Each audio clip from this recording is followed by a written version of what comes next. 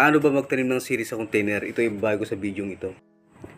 Sa pagtatanim natin ng sili sa container, napaka-importante yung lupang gagamitin natin o yung potting mix. Dahil dito lang siya kukuha ng sustansya sa kanyang paglaki.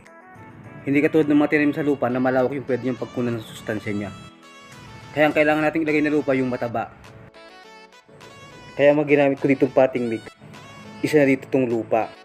Kumuha rin akong lupa dun sa ilalim ng puno. Vermicast.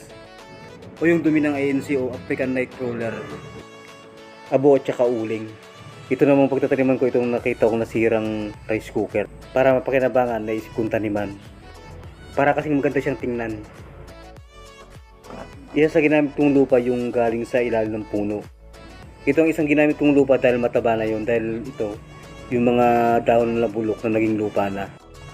Kaya matabang klase na rin siya ng lupa. Ito naman pangalawa, itong vermicast o worm casting. Ito yung dumi ng bulate na African Nightcrawler. Magandang klase ito ng lupa dahil kumpleto na siya sa NPK. Meron na siyang nitrogen, phosphorus at potassium. Naglagay din ako ng abo. Ang abo mayaman yan sa calcium. Ang calcium kasi kailangan niya ng sili sa kanyang paglaki. Pag kulang kasi sa calcium ang sili, nangungulot. Pag nangulot ang sili, hindi niya makalaki at hindi na rin makabunga. Pero hindi naman namamatay. Kaya malulugi ang nagtanim ng sili pag hindi niya nasolusyonan yung kulot ng sili. Kaya pag nagtanim kayo ng sili, siguraduhin nyo na hindi magkukulang ng calcium ang tanim yung sili. At naglagay din tayo ng uling. Ang uling naman, nakakatulong ito para matagal matuyo yung lupa. Dahil sumisipsip ito ng tubig at nag-i-stack ng tubig sa kanyang katawan. Ang kailangan pa sa uling, dito nagtatago yung mga beneficial microbes. Kadalasan kasi pag didilig tayo, nawawas out yung mga pataba. Pero kung meron tayong uling, dun sila nagtatago kaya hindi sila agad-agad nawawas out.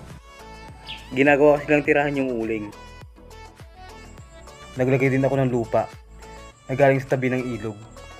Isa kasi sa magandang klase ng garden soil yung galing sa tabi ng ilog, lalo na kung nabaha dahil mayaman yung sa sustansya. Maliban sa mga nilagay kong potting mix, naglagay din ako ng dupos. Ang dupos 100% na organic fertilizer.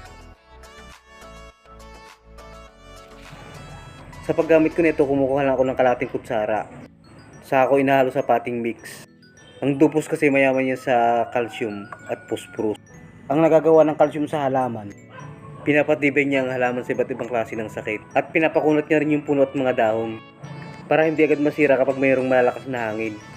Ang phosphorus naman, pinapaganda niya yung ugat ng halaman, kaya mabilis lumaki ang halaman. Kaya magandang maglagay ng dupos. Ngayon naman nasimulan natin itanim. Kumulang tayo ng sili. Yan, saka natin itanim.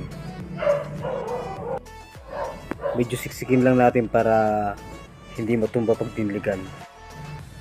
Ngayon diligan na natin. Ang pagtilig naman natin dito, kung maaari, araw-araw, lalo kung maaraw, para mabilis lumaki. Dito na nagtapos yung video natin.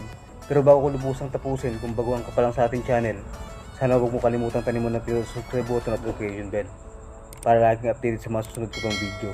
Maraming salamat sa panonood at pagpalain ka ng Panginoon.